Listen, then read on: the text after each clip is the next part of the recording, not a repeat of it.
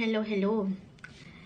Hi Cancer, love reading, love life para sa inyong bagong taon na ito, 2024. Kuha tayo ng ilang pinaka-exact messages. Ano nga bang parating pa? Or anong ganap? Anong mensahe ang kailangan mong marinig pagdating sa iyong buhay, relasyon, pag-ibig ngayong bagong taon 2024? Dito muna tayo sa inyong cartomancy reading kung saan po ay ginagamitan natin ito ng playing cards at itong ilang deck of cards ay akin muna ilalagay sa gilid para sa mga Cancer. Anong may iwan natin para sa mga Cancer? 2024 message. Love life. Love reading sa mga Cancer. Message natin. Cancer. Ayan. Uy. Sige. Spread lang po tayo.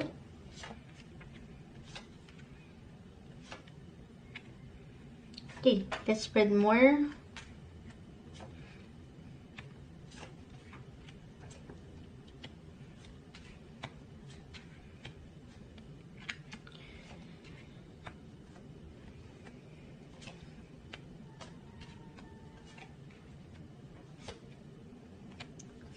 Okay.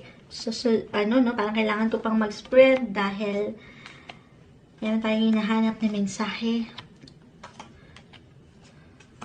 Doon lang tayo magpo-focus, guys, sa pinaka para sa'yo. Okay, so may ilang person ba dahil halos I know guys, hindi natin napapakita sa live. Tayo nga rin po pala ngayon ay live na live pa rin sa ating YT. Bilang ganito na yung setup natin madalas. But anyway, merong ilang person na umangat dito, Cancer, regardless of his gender. Pero yung unang-unang umangat dito.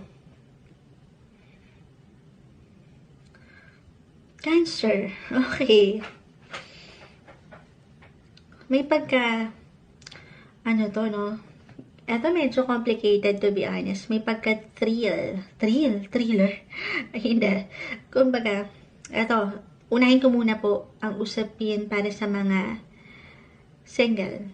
Sige, single muna tayo. Kasi meron tayong nakitang para bang manunumbalik sa inyong mga puso. Kahit sa inyong mga sariling isipan lang muna ito. Cancer, maaring merong magbalik. Merong babalikan ka. Or meron talagang papasok sa buhay mo ngayong taon na kung saan nandito yung spark. Someone older than you. Someone mature. Kung hindi man mas mature mag-isip. Okay, sa'yo. Ito yung complicated part na aking na-mention. Maari ito ay nasa isang relasyon. Diretsahan. Pero sabi ko nga kahit sa inyong sariling isipan or sa isipan ng taong ito, andun ka, Cancer. Parang gaano man yung iwas niya, nanunumbalik yung mga memories niyo together. Wow. Especially kung mag-connect or mag-apply ito sa nasa isang relasyon na. Okay? Or meron kayong maisip na isang tao na in some way nagkaroon kayo ng connection before. Hindi kailangan laliman. Yun lang. Medyo complicated din kasi maaari yung pinagdadaanan nila ng kanyang kapareha ngayon. Na minsan, hindi, alam mo yun, ganyan hindi maiwasan na mag-isip din or mapunta yung attention sa'yo. Kahit sa isipan lang ito. Parang gusto nito, ilonging siya.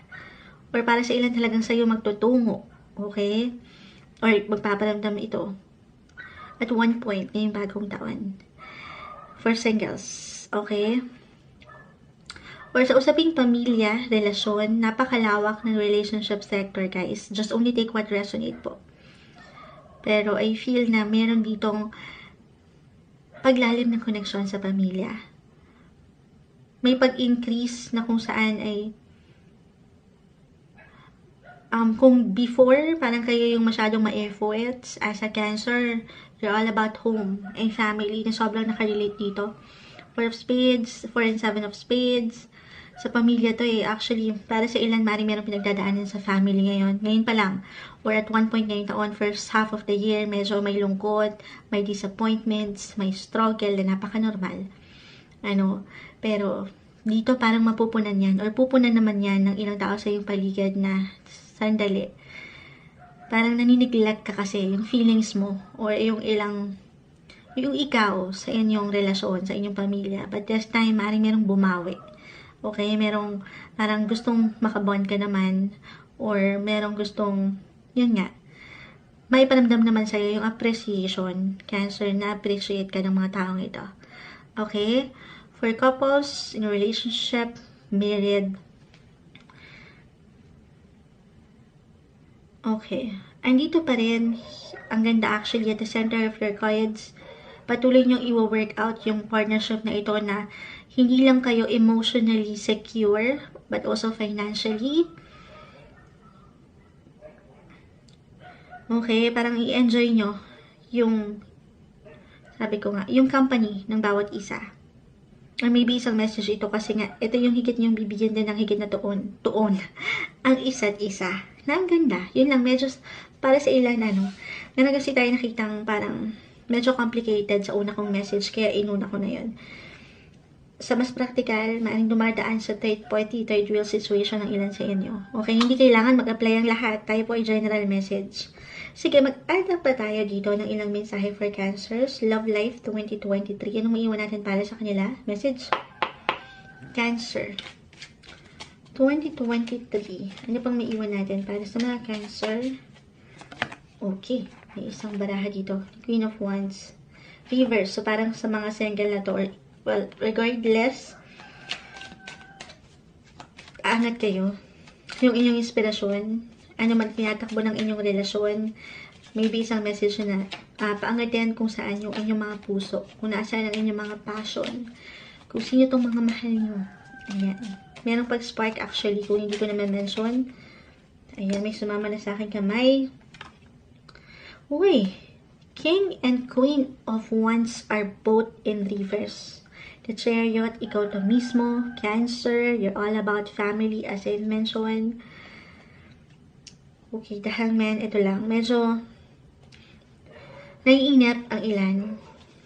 May pagkainip mula dito sa ilang daloy. Or maybe isang message ito na panatilihin mo yung balance, emotional balance. Kung paano mo, para message kay Moonchild din talaga to. Bilang Cancer din po si Moonchild, hindi may iwasan na napapangunahan tayo ng emosyon, especially sa usaping relasyon. Nagiging malalim tayo sa part na yan. Pero, lagi mo lang tatandaan, Cancer, na merong dahilan ng lahat. Na minsan dama mo na parang hindi ka na-appreciate, na, alam mo yun, kasi parang all out kang magmahal, magbigay, but at the same time, parang hindi nabibigay yung sapat na alam mo deserve mo rin sa relasyon. So, wag malumbay, wag mainit, irespeto, nang higit yung sarili. Okay? Huwag kang mag-settle for anything less. Nagbigay diyan yung King and Queen. Kahit ikaw na lang muna, paangatin mo yung kumpiyansa na meron ka sa yung sarili. Singles. Okay? Ito na nga. The Chariot. So, love life, about sa love life, so meron tong direksyon, merong patutunguhan ng inyong mga buhay relasyon. Sa mas practical for singles, maaaring meron kang makilala na kung saan ay you will feel na parang ito ay homey yung feeling. Parang, andito na yung comfort. Okay?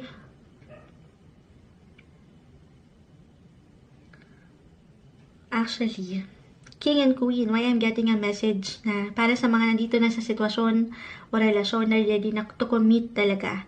Kasi dito, ang ganda at the center of your cards, andito sabi ko nga, yung security, hindi lang emotional, pero financial, ready na, handa na mga bagay-bagay.